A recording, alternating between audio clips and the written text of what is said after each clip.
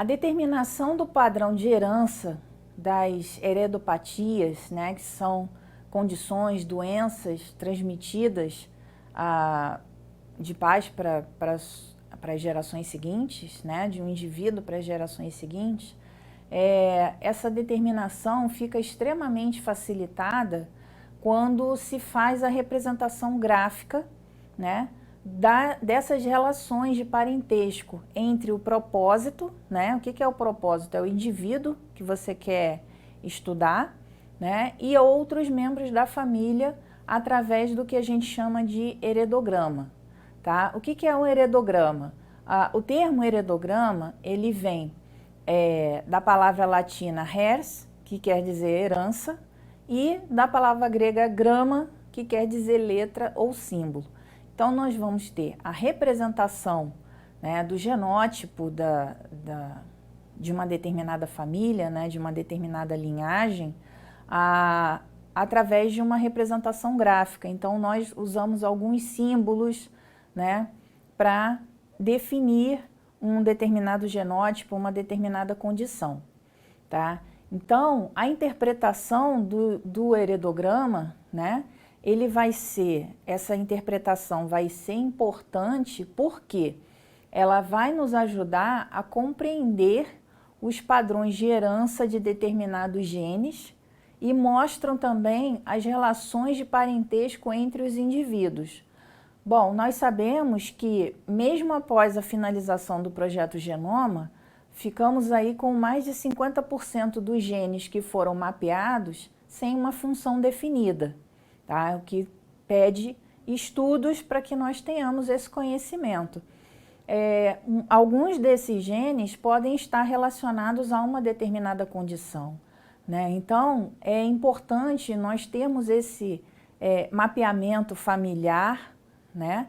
De forma que possamos ter uma previsão do que pode ocorrer sobre a transmissão dessa característica, né? Dessa condição para as gerações futuras, né? Bem como se havia um padrão de comportamento dessa condição nos indivíduos ascendentes, tá? Então, em genética, né, nós utilizamos com frequência, tá, alguns esquemas para a observação do comportamento de um determinado gene, né? Então, os heredogramas, né, eles vão ser representações que permitem a relação de parentesco entre os indivíduos e, consequentemente, os padrões de herança. Uma coisa que é importante, né, que você deve levar em consideração na hora de fazer o heredograma, né, é como você vai fazer a abordagem para obtenção das informações que vão alimentar esse heredograma. Tá? Então, por exemplo, nele você pode indicar número de gestações, né, quantos filhos sobreviveram, se havia alguma característica peculiar durante a gestação, uso de medicamentos. Então, isso tudo pode ser sinalizado, pode e deve, né, porque é uma informação a mais, né, é uma forma de alimentação desse gráfico, né, de forma que a gente tenha a interpretação mais precisa possível conforme as informações dadas sobre os indivíduos daquela família, tá? Então, o que acontece? Quando se vai fazer, por exemplo, né, só um exemplo do procedimento, quando você vai fazer essa abordagem sobre o número de gestações, sobre as características, o ideal seria você obter essa informação diretamente da mãe, né? Porque ela passou por todo aquele processo e seria a melhor pessoa para poder fazer essa sinalização, né? Obviamente, nem sempre a gente vai conseguir isso, por exemplo, em gerações ascendentes muito elevadas, infelizmente não vai ser possível conseguir essa informação. Mas quanto mais precisas, né, forem essas informações, mais confiável vai ser a interpretação do heredograma e, consequentemente, mais maior a credibilidade que eu vou ter na determinação daquele determinado padrão de herança, tá? Então, quais são as vantagens que a gente observa quando nós fazemos um heredograma, né?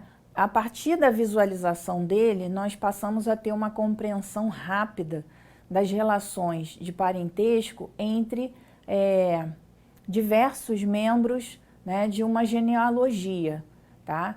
E dessa forma a gente revê informações num curto período de tempo, né?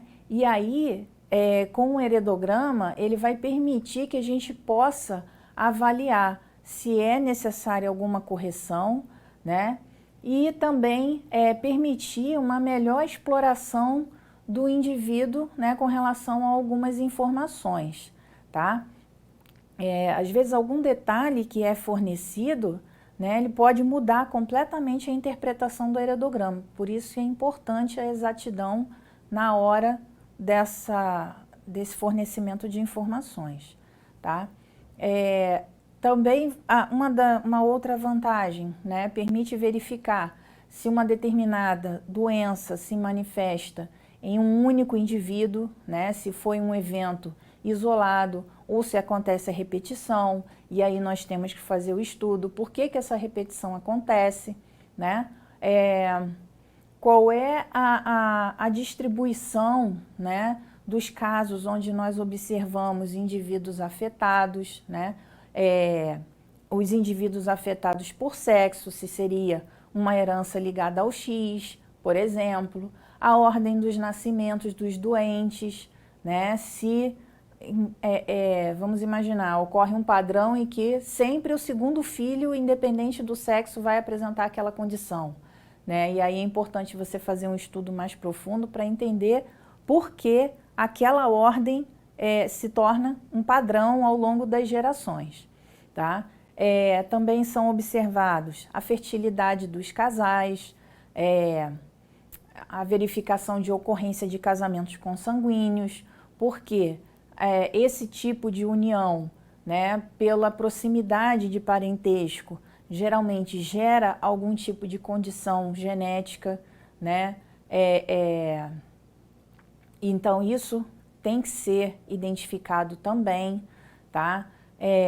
E aí a gente verifica a relação desses casamentos consanguíneos, se eles ocorrem e se a ocorrência deles tem alguma relação com a manifestação de uma determinada condição, tá? De uma determinada característica. Então, como é que a gente faz a representação gráfica no heredograma? Os indivíduos do sexo masculino geralmente são representados por um quadrado pequeno e os indivíduos do sexo feminino são representados por pequenos círculos. Quando a gente não tem a informação do sexo do indivíduo, nós podemos representar com um losango, tá? Aí nós partimos para uma outra categoria de representação, que é a seguinte: se o indivíduo ele é normal, né? O que é um indivíduo normal? É aquele que não apresenta um determinado gene que vai expressar uma determinada característica, né? Uma determinada condição. Então, nós vamos colocar essa figura, seja o quadrado, losango ou círculo, deixar em branco, tá? Se o indivíduo for afetado, ele vai ter a figura escura, tá?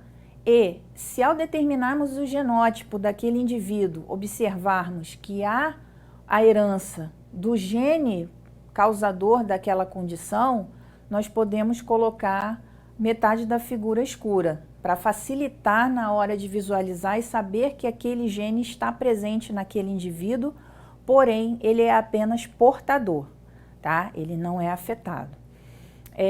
Quando a gente analisa um heredograma, né, nós podemos tirar conclusões sobre alguns pontos básicos, né? Se aquele gene está em um cromossomo autossômico, né? Se ele está em um dos 23 pares, em um dos 22 pares autossômicos que nós temos, né? Ou se ele está em um dos cromossomos sexuais. E se determinada característica é ou não dominante, então a gente pode definir o tipo de herança também, se ela é autossômica, é dominante, ou se ela é autossômica recessiva, tá? Só que, para que a gente tenha conclusões corretas, é muito importante que a interpretação do heredograma seja extremamente cautelosa.